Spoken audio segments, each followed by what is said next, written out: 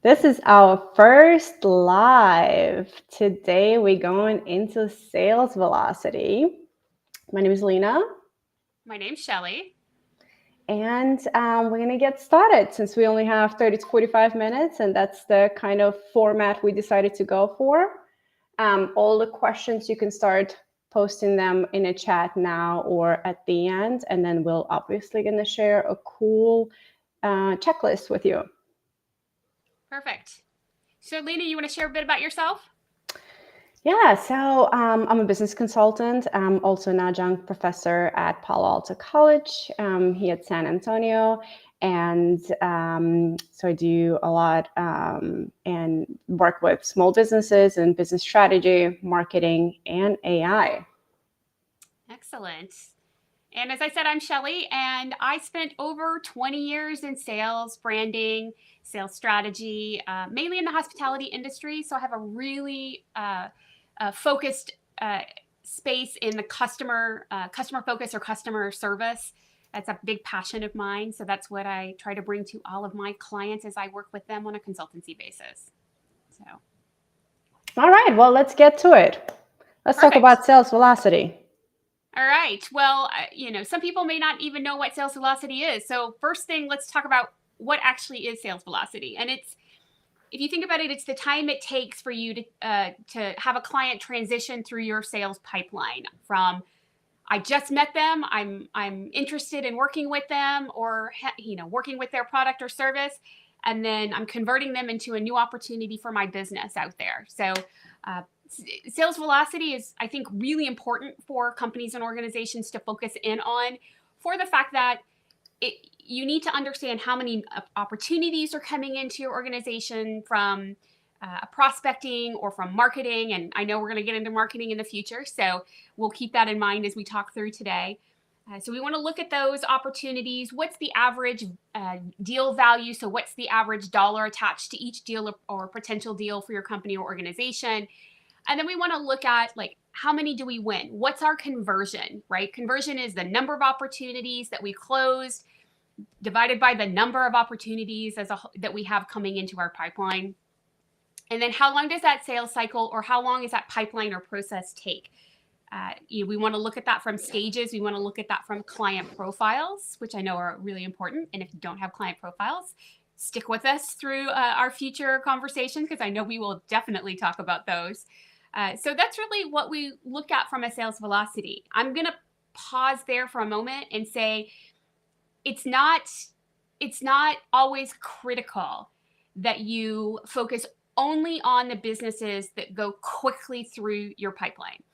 Those are important, and we want to, that's low hanging fruit to a certain extent, but we want to make sure that we are prioritizing not only the quick velocity, but then also looking at some of those that take a little bit longer time. Oftentimes, those can be bigger deals. They just take a lot more time for vetting, potentially legal conversations from a contracting standpoint. So, velocity does not always mean everything that goes through very quickly. It can mean the different stages in there. I also look at it from the perspective that if you are a business and you know that you've got all of your business going through and it's all going to close at the same time, how are you going to operationally handle that? So if you've got business opportunities that are coming through very quickly, some that take a little bit longer, now we have sort of a staggered approach from an operational. We can onboard clients a little bit easier through that process and make sure that we are able to service what we have actually just sold. So I'm going to pause there. Does that make sense to you, Lena? I hope it does to our audience. Yeah, it totally makes sense. While you were speaking, and I'm trying to make sure that our technology is actually functioning to make sure we're actually streaming live and people can view it. So yeah, that's exciting. So let's talk about a case study that we prepared. So as we delve into enhancing sales velocity, let's look into HubSpot's journey. Known for their inbound marketing and sales software, HubSpot encountered challenges in increasing its sales velocity. HubSpot is known for its CRM, customer relationship management platforms. They had a robust product, but needed to refine their sales processes to decrease sales cycles and boost conversion rates. So what was their approach? Yeah, that's very interesting because if you think about it, HubSpot too really started in the marketing space. So they were very familiar with that aspect of it. But when it came to the sales processes, they had a little bit of a lag time. And what they did is they really shifted into data-driven sales. And I think a lot of times people envision that sales isn't focused on data, that it's very personal driven. And that's true. But true performance sales is driven by data. And it's really taking and looking at all of the different metrics that are coming in a CRM system. We're able to see all of these different points if you build your system correctly. So you can start to see client profiles, length of time in the process. Where are those sticking points, which I know that they had to focus on, with where are those sticking points within their sales cycle, and then how can they leverage that and work that out through the end. The other thing that they really focused on was quality versus quantity when it came to lead volume. If you've ever heard me talk about this, sales and the sales personnel within an organization are some of the most expensive line items you can have in a company or organization. They just are. When you look at compensation plus quotas and commissions or bonus structures. So we want to be able to give them through marketing and through prospecting high quality leads that they're focused on versus just trying to go after everything that's out there. And HubSpot really focused in on that and said, how do we get quality versus that quantity? Where is that ideal spot or ideal client that we want to go after and focus on? They also leverage their CRM. That's the whole purpose of having a customer relationship management system, is the data and database that you can build there. So you can look at it from who were our best clients in the past, and that's the kind of clientele that we want to focus in on for the future. Or you can look at it with the customer profiles. You can start to see where are those sticking points that I mentioned, all of that kind of stuff. And that helped them really start to do something called lead scoring. And there's not a lot of companies out there right now that are doing this, where they're taking a lead and saying, is this an A, B, or C lead, right? Where A is that high performance, high revenue target, driving the most revenue with the least amount of impact from an operational standpoint, all the way down to C, like this is a little bit lower value. It's going to take a lot longer. There might be some sticking points along the way. So that lead scoring, they were able to nurture and then account manage. Because I talk about this so much in sales. If you are constantly fishing for new clients, you are going to, at an eventuality, you're probably going to run out of clients, opportunities out there. You will do detrimental things to your brand if you are consistently having to go after new clients because you're not nurturing your existing clients.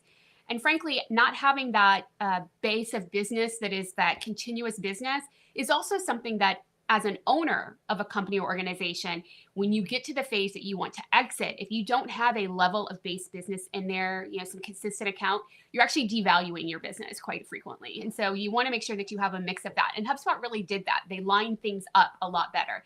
And then they focused in on, how do we become more consultative? How do we put the customer first in all interactions and in all focuses when we are doing any kind of discovery meetings with new potentials? It's that shift in mindset away from what do we need to what do our customers need? What solutions do we have that we can fix for our customers? Exactly. Who we are and what we offer. Yeah. Yeah. So considering HubSpot focus on lead quality, how can businesses balance the quality of a quantity equation in lead generation to optimize sales velocity? Yeah, that's a good question, Lena. And I think it comes back to the fact that you really do have to hyper identify your client profiles. If you are trying to, and I know, again, we get this a lot in the marketing side of things.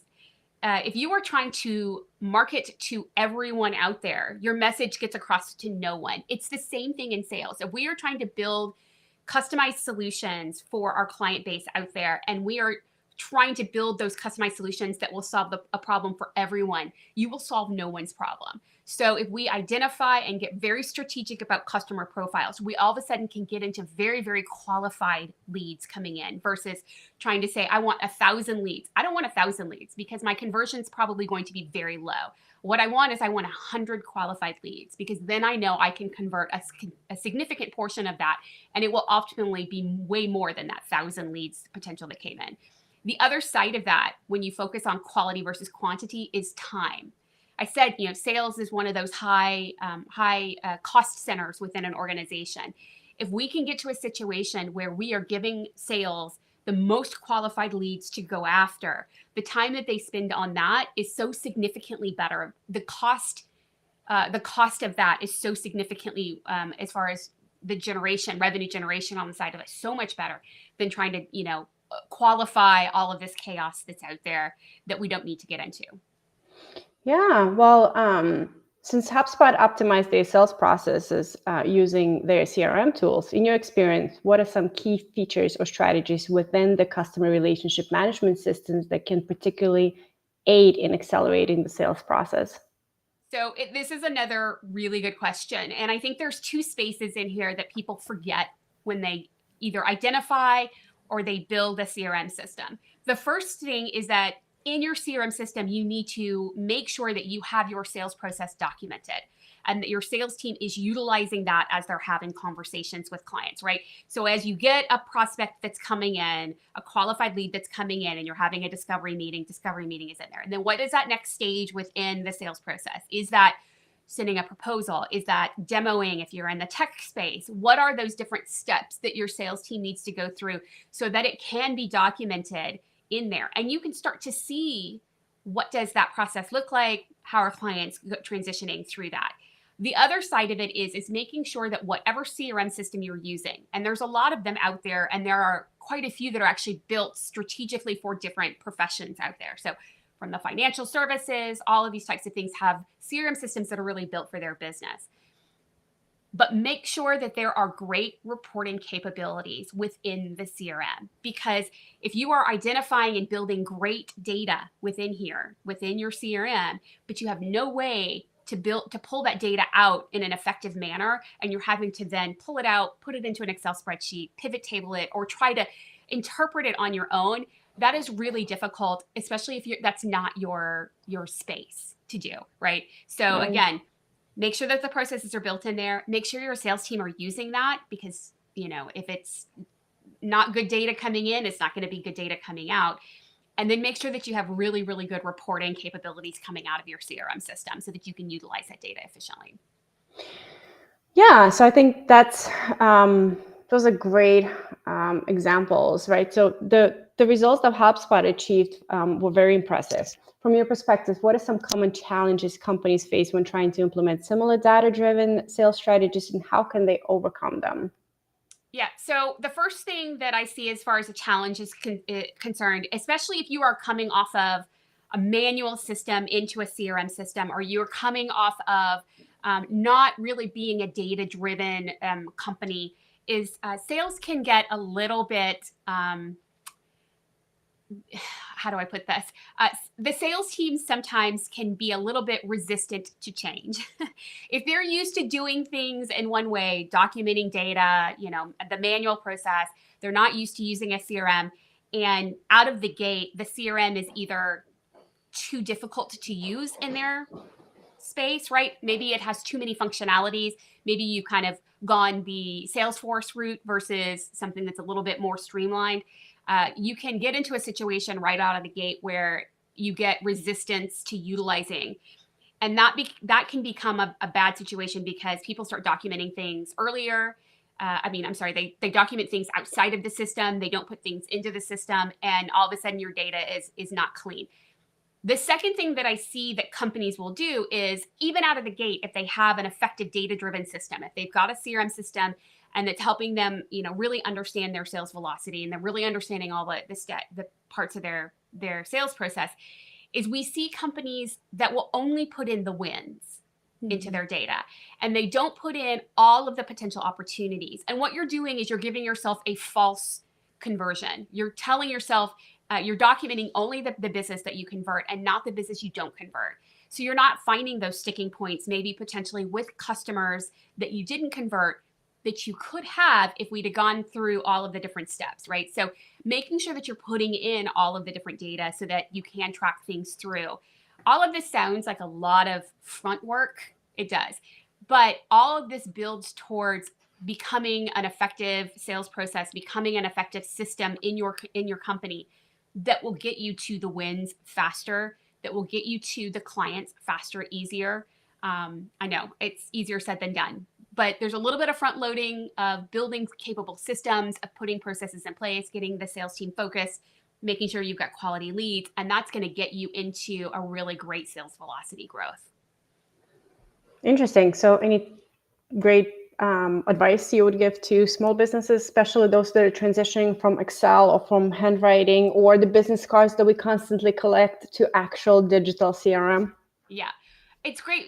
We used HubSpot as a case study, but there's a lot of great systems like HubSpot that have free CRMs out there. They're relatively basic, but they give you that ability to put in the different steps in your sales process. You can capably load in new clients or existing clients. There's, especially from Excel, there's a lot of ways you can pull your Excel data into these different systems out there. The other thing is they are now connected. I mean, when I started in this business, first of all, it was manual, but when there was a long time where they were not connected to email. So every time that you would have an email conversation or written documentation to a client or a potential client, then you would have to, basically lift that information and then go rewrite it in your CRM. A lot of these are linked together, and HubSpot is a great example of that, where these are linked together so that every time there's a communication, that data then gets pulled into HubSpot and gets documented for you, right? So that's another thing where we're not overloading a sales team with saying you have to document things in multiple places. So I would say if you are currently running either on a manual system or Excel, find a CRM system that will work for you from a budgetary standpoint, even if that's free for now, that then has the capabilities for a paid and enhanced service. Understand some of the basic reporting functionalities that those systems have so that you know what data you can pull out. That'll help you with future things like forecasting. That'll help you from an operational standpoint of as you do scale and grow, as your velocity picks up and your business picks up, you can operationally know when do you need to staff up to now to service the contracts or the business that you've now booked through sales. So all of these different things are areas that I would say focus on, and that will help you when it comes to growth. The other side of it too is we get really hyper-focused, and I will tell you in my sales career, I did this, and we get hyper-focused on the big deals and the big wins and these big contracts or these big pieces of business that come in, but they're not everything, because some of those small deals right now are some of the best base business or operationally the best business that you can put in there. It's great if you get a big deal and you could plug that in. From a consultant standpoint, I could have a big client that's going to take me a full day every week for the next 6 months or 12 months. But I also want to look at where are some of those smaller businesses that I can plug in so that I'm optimizing the time. So look at what's your capability out there from an operational standpoint. That's another thing you need to do. What's the operational capability now? What do you want it to be in the future? Because all of that needs to be pulled in from a strategic way into your sales so they know what they need to be closing, right? They know what that velocity needs to be, and they know what kind of clients that they need to go after. So those big wins, those medium wins, those small wins, those different layers that we need to be putting in to really make sure that we're maximizing our company's structure. Yeah. I think another great thing is for having a CRM is you can look at that from a bigger picture and see what the sales cycle is, right? How long does it take you to close that client? And not every client is the same, but you should have some type of sales cycle so you know how long it's going to take you. It also tied to your revenue, right? Your cash flow. So you know exactly when to expect that. So we are into almost 20 minutes into this. And since we have 10, 15 minutes, I think what will be great is to go over the checklist that we have prepared and just maybe go in and define a couple of terms that we have in a checklist so it's more manageable for people to understand. So for instance, we have an opportunity management as our first bullet point, and it starts with effective lead qualification. And it says, use a clear set of criteria to determine which leads are most likely to convert. Let's go a little bit just in summary. What is an effective lead qualification? How do you define that? Yeah, that comes up a lot, especially in the discovery meeting, right? A discovery meeting is that really after you've semi-qualified or you scheduled a conversation with a potential client. This is really where we need to uncover what are the pain points that they're going through, and do we have the solution, whether that's a product or service, to solve for this client. One of the first things that we need to understand and have capability is things like, what's their budget, right? Where financially can they even afford our potential solution? Because we don't want to get well down the sales path and then discover they can't even afford what we need to do for them, right? So we need to focus in on things like budget. who's the signing authority, right? Who's going to be making a decision? And are you talking to the right person? And then what's the timeline on things? Is this a pain point right now that they have to solve, that needs to get solved right now in order for their company to continue to move forward? So think manufacturing. If you are somebody who provides parts and pieces for the manufacturing space, do they need your part right now in order to continue to build? Or is it they need it 6 months or a year from now and it's not 100% priority? So when you start to look at lead qualification, you want to start to document in, and I say sit down as a team or sit down as an owner and start documenting all of the things that you need to be asking of a potential client, so that you know when you get into that conversation, you can hit all the high points. In that meeting, I always say if you get to 3 pain points in a conversation, you understand that that client has 3 pain points, their need or their urgency with getting their problem fixed is at a much higher level. That's probably going to be a higher or quicker contract, or quicker sort of going through the sales process, because they need significant pain points fixed. And so if it's 1, that might be a little bit slower, but once you get to 3 or more, chances are if you can provide the solution, you're going to transition pretty quickly through that sales process. Yeah, that makes sense. The next thing is we have prioritized opportunities. Rank leads based on the potential deal size. How would we rank our leads moving forward? Or how would a small business rank their leads? Well, I think we would look at it from, again, deal size. Those big fish out there, we want to capture as many big fish as possible. We don't want to forget the little fish, but we want to look at it from deal size. It also, from the deal size, look at what is your capability for servicing at that point too, right? So if you've got a bunch of big deals that you just closed, can you fit another big deal? Or do we need to maybe look at some of the smaller ones? We want to look at what's their likelihood of conversion, right? That is a significant area that we want to rank. Going back to what's their pain point, right? What's their pain significance? And is there a likelihood that they're going to convert? And you get a good sense of that during discovery. And then, if we look at it from retention standpoint, right? Like, will they actually come back to us again? Yeah, absolutely. Like, is this something that's a continuing space, right? Is this continuing based business? But also just looking at it from the, is it promising?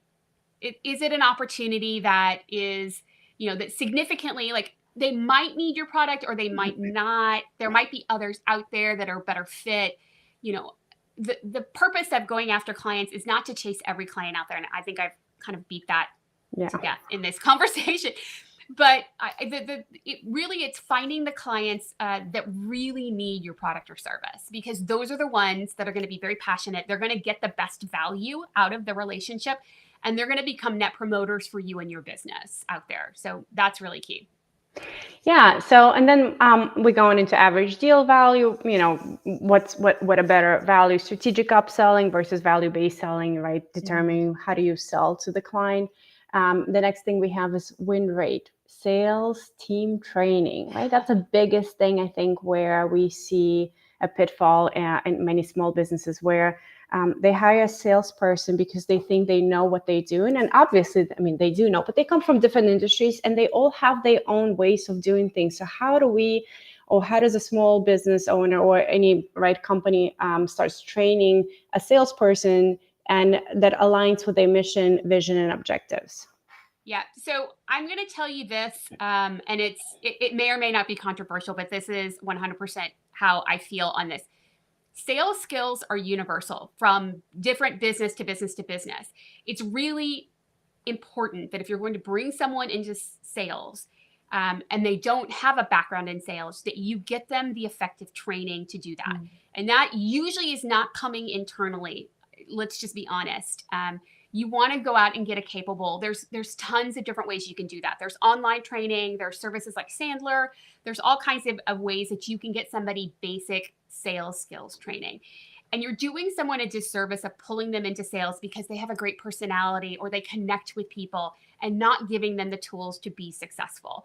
It's going to slow down your company, to be honest. Usually by at least a year, it'll slow down a company in performance with people who don't have effective sales skills training.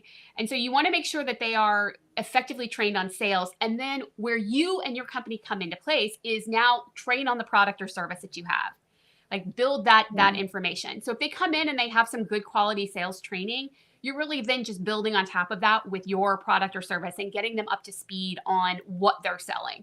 But if they're coming in with no sales training whatsoever, get them the basic sales skills training. That is so important. And then from a leadership perspective, you need to be continually focused on two things. The first is continual training for them. You need to be coaching and counseling on when you're seeing or listening or hearing things that they're doing well but could do better at, or where there's some negatives there and we need to focus in from a coaching perspective. The second thing is you need to get some type of training in being not only a sales leader, but then how do we get into data analytics and how do we focus in on being able to read those reports to see what's going on within a structure, so that right, what does that data look like? What's customer feedback coming in, and how do we then leverage that for performance success? So those are the areas when we talk win rate. Accountability is another biggest thing where we always see the pitfalls and when we're speaking with businesses, there's no accountability for these salespeople, right? You kind of benchmark things and you give them this specific platform. You tell them this is where they need to be, and they somewhere in between, and there's just no accountability. And I think this is where business stop growing. They just kind of at the plateau because again, there's lack of that accountability from the leadership standpoint. Yeah, absolutely, Lena. I see it a lot in small to mid-sized business, especially where either they don't create quotas or goals for their sales team. And even if they do, then if the team's not hitting those, there is no accountability. There's no performance plan to get them to that point. And how do you run a business if you allow people to not hit the structures that you need them to hit in order for your growth to happen? So.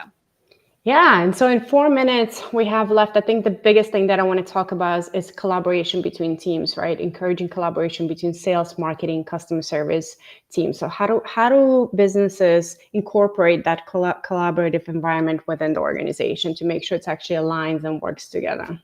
Yeah, there's a couple of things that I do recommend. And I think from a sales perspective, one of the things that we need sales to understand is operationally, how do things happen? So if you can cross-train, right? So if sales can spend some time on the operational side and understand what are the different steps and stages and the things that they're selling. In the hotel world, we used to say sales sells the dream, and then operations services the nightmare. And we want to get out of that space. We want to get to the area where everybody's blended together and everybody knows and understands. Operationally, having an operations person work within sales or, experience the sales process and understand the different layers and levels that sales goes through in order to get a deal happening is also incredibly important. So I think building on all of that and working I can't even say the words this morning, collaboratively together is really important. I think on the other side of it too, just briefly, is having everybody have a say in things, right? So when I'm working within an organization to set sales goals or things like that, I'm working collaboratively with the sales leader or with the sales team so that they have buy-in. And so if sales and operations are working together and cross-function and they're all working on different strategies and plans and goals for the year, if they have buy-in from their individualized, you have a team that is much more in tune and in key with what's going on within the organization. Yeah. That's the biggest thing I see in a lot of companies where they just don't talk to one another. I think having some type of biweekly meetings, just to start, so you can align your goals together, because marketing department will have specific goals and sales department, but at the end of the day, it's the same objective that a company is trying to accomplish. So I think not having a collaborative environment is what's hurting a company. Yeah. Well, that's exciting. Well, we went through a whole lot in 30 minutes. I think we did pretty good. I'm going to check real quick to see before we introduce what our next week's topic, just kind of check and see if we have any comments, any questions. So far, I don't see anything. I don't think we've expected much this morning. This is a live that is streamed on LinkedIn and YouTube. So if you missed it, you can always go back and rewatch it. And let's see. So I think, next week, Tuesday, same time, 9 a.m., we're talking about marketing momentum. The topic is magnetic marketing, attract, engage, convert, right? Moving from sales to marketing. We'll explore cutting edge marketing tactics that create gravitational pull towards your brand, emphasizing content marketing, SEO, and leveraging social media for lead generation. And we'll go into a real scenario. We'll talk about probably Dove's Real Beauty campaign, because that's the famous one and everybody remembers it and everyone talks about it, and the significant impact of it. All right, so I think we're gonna wrap it up this morning, and we're on LinkedIn all the time. So if you do have questions pop up, you could just message to us, and expect the checklist posted within the next 15-20 minutes, and we'll see you next Tuesday. Yeah, if you have topics you want us to talk about, absolutely message us. We'd be happy to put some content together. Yeah, totally. Yeah. All righty. Well, have a great morning, everyone. We'll see you next Tuesday.